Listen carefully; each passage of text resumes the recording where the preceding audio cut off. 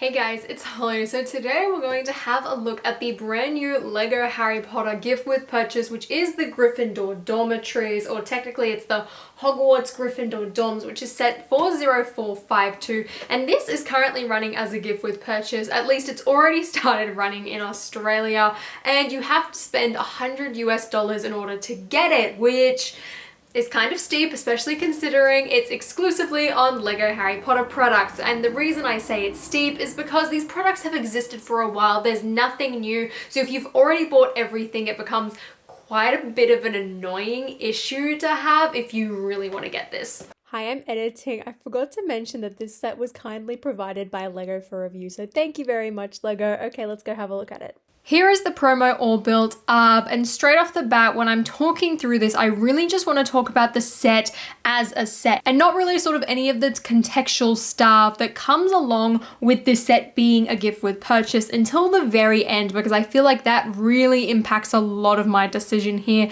But before we actually take a look at the build, let's have a look at the figures. So first up we have Harry Potter, and with both of these figures they are the exact same as they were in the Whomping Willow, and Harry also did share this torso with his version in Privet Drive, so there's literally nothing special about this figure, which part of me is really glad for, but also part of me is kind of frustrated for, because it means that there's nothing exclusive with him, which I guess from a parting out perspective it makes it a lot easier in order for you to sort of get this set, or if you're not really interested you're not missing out on anything, because even the face is just exactly the same. Like I said, same deal with Ron Weasley. He was also in this exact same outfit in the Whomping Willow, but for him, his version was exactly the same in Privet Drive as well. So that is something to keep in mind. It makes Ron slightly less valuable, but then again, the only difference with the Harry was the color of his legs being black, not gray. So like I said, it just sort of brings down the exclusivity or the value of this set. But again, from a parting out perspective,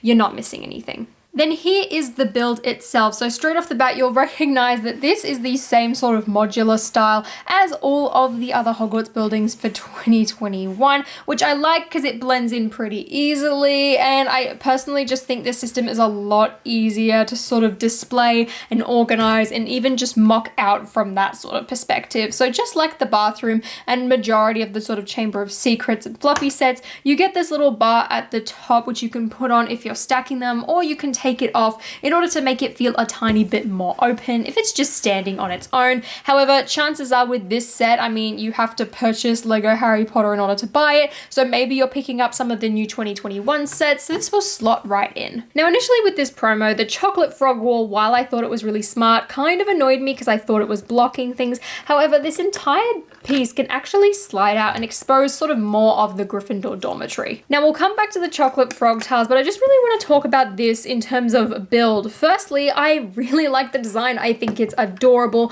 I love the bed design. It's very simple yet very effective. I love the sort of pulled down sheets look here. I love the color scheme, but most importantly, I love how easy this would be to modify into other houses. I mean, at the end of the day, there is nothing exclusive in this set, which I do want to point out, because you could just go and part this set out in order to make all 4 other dormitories, because I feel like that's one thing with this set is if it's going to be a gift with purchase, would we ever get variations for all the other houses? I don't know, probably not. But at least it's really easy to modify for that. Now, the beds can actually be removed. You can just pop them off as they are only attached to this sort of jumper plate on the floor there. And that is something that I really like, is that they've sort of made it easy to open up and really move around. And even the rug having jumper plates so that you can attach a character onto there. Even the chest is attached to a jumper plate. So nothing is really connected to the actual plate of the build, which makes everything really easy to remove and empty out. But you can see when you do empty it out, it's a pretty basic build. However, it does get the design and the shape of the Gryffindor common room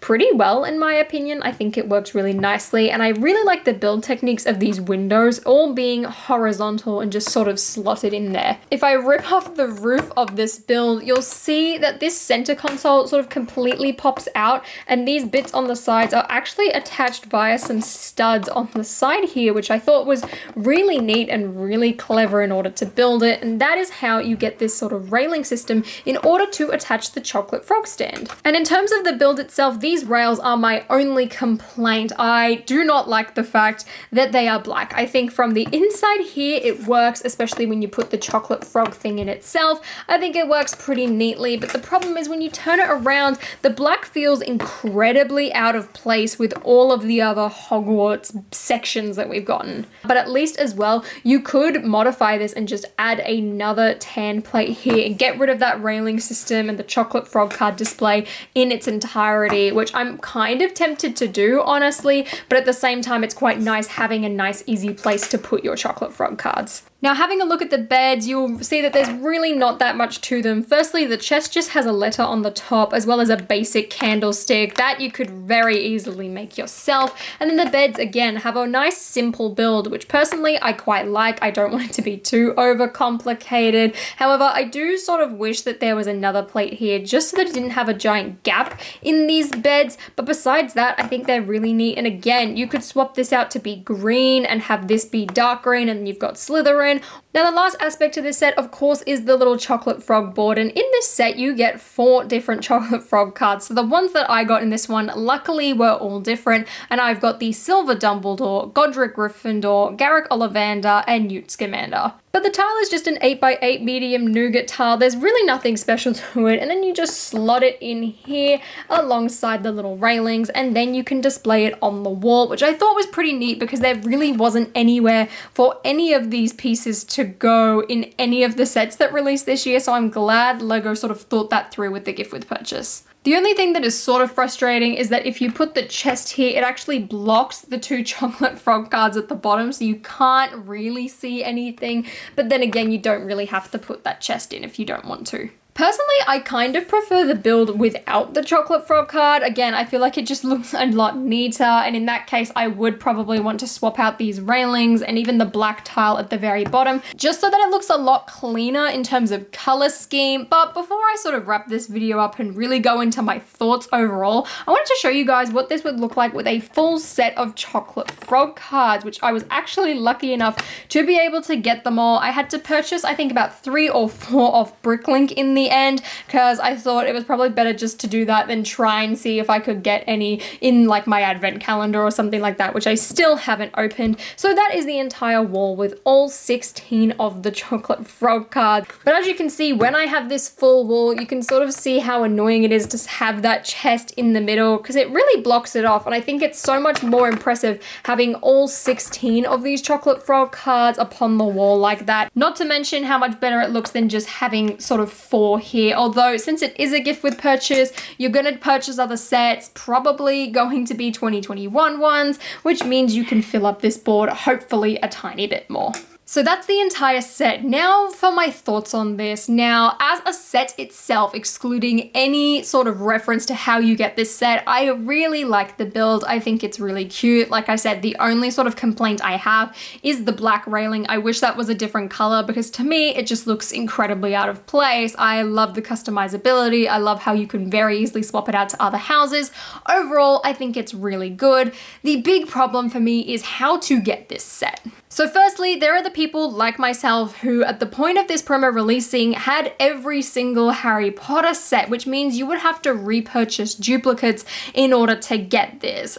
For those people, just straight up, I don't think that this is worth it. If it had an exclusive piece or an exclusive print, then I feel like it's a bit more debatable. Maybe get like a second Hogwarts Express, something to resell that's going to retire soon, maybe another bathroom, something to mock. I feel like that would have been fine. But since this set has no exclusive pieces, I wouldn't bother. If you've already bought everything, there is no point in you buying duplicate sets in order to get this. If you are that desperate or you're a completionist, I would just buy it off Bricklink as soon as it comes out. That way it's not too expensive, and even then I don't think its resale value is going to go up that much. Or if you don't really care about having the instructions or the box, literally just buy all of the pieces off Bricklink. I mean, chances are you've already got the figures, you don't really need a duplicate of them, and everything else is a pretty common piece, you'd be fine. For anyone who doesn't have all of the sets though, I think that this is something you should definitely consider. I wouldn't definitely say, hey, buy all the sets now to get this promo, because again, this has nothing nothing exclusive, it's probably worth it